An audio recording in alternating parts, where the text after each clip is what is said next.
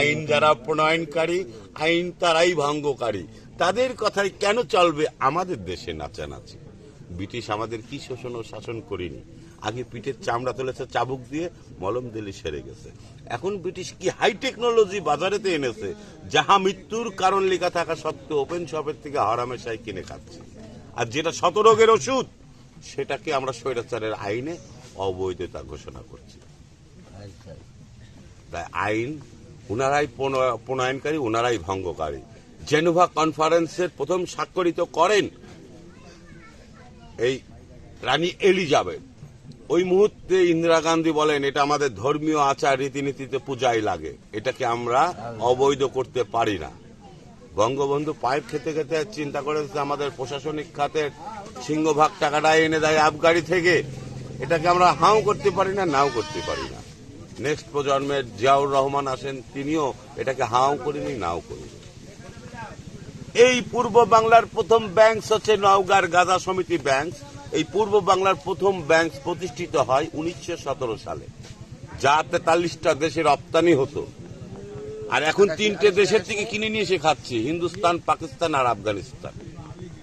আর এই বাংলার সিদ্ধি 43টা দেশে রপ্তানি হতো। 1939 সালে ব্রিটিশ যখন চলে যাওয়ার ভাবমূর্তি নরভরে অবস্থায়, তখন সবচেয়ে বড় দুর্ভিক্ষ গেছে এই বাংলায় 1939 সালে।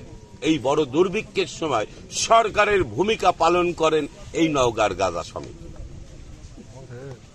তাই আমি নতুন প্রজন্মের, নতুন সরকার কাছে এই গাজা সমিতিকে পুনর্জীবিত দিতে হবে, গ্রামীণ ব্যাংকের মতো পুনর্জীবিত দিতে হবে। দেশ বড় একটা রাজস্ব আয় পাবে। সোনার বাংলা, সোনার দামের ফসল আমরা উৎপাদন করতে চাই। আমাদের দেশে এমন কোন ফসল আছে যা 1 লাখ টাকা, 50,000 টাকা, 80,000 টাকা কেজি বিক্রি হয়? এমন কোন ভেজিটেবল কোন ফসল নেই। কিন্তু আগে ছিল নীল চাষ, জুম চাষ। এই ব্রিটিশ শিখাইছিলেন এই নীল চাষ, জুম চাষ বন্ধ করে গাঞ্জা চাষ। গাঞ্জা চাষ বন্ধ করে শিখাচ্ছিলেন আমাদের মদের চাষ। আমাদের এই দর্শনায় মদের ভাট্টি।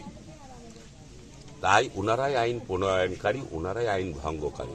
আজ ইংল্যান্ডে দেখেন গাজা রিসার্চ আছে, গাজার মানে সমস্ত কিছুই আছে, এমনকি গাজার বেশি তেল স্কিন ডিজিজের জন্য অনেক কাজে লাগে। 2 গ্রাম পর্যন্ত রাখতে পারবে, 2 গ্রাম। তাই এটা আমাদের দেশেও ছিল। স্বাধীনতা এই ভূমিষ্ঠ নষ্ট করেন স্বৈরাচারের স্বাদ। উনি একমাত্র এই সাধুদের খানার উপরে হানা দিয়ে যুব সমাজের এনে দিয়েছিল হিরো। তাই তো ঈশ্বর হয়ে গেল জিরো। রানী ক্ষমতাকালীন কুষ্টিয়ার থেকে জুতার মালা গিফট পেয়ে গেল। জয়। কঠিন জয়।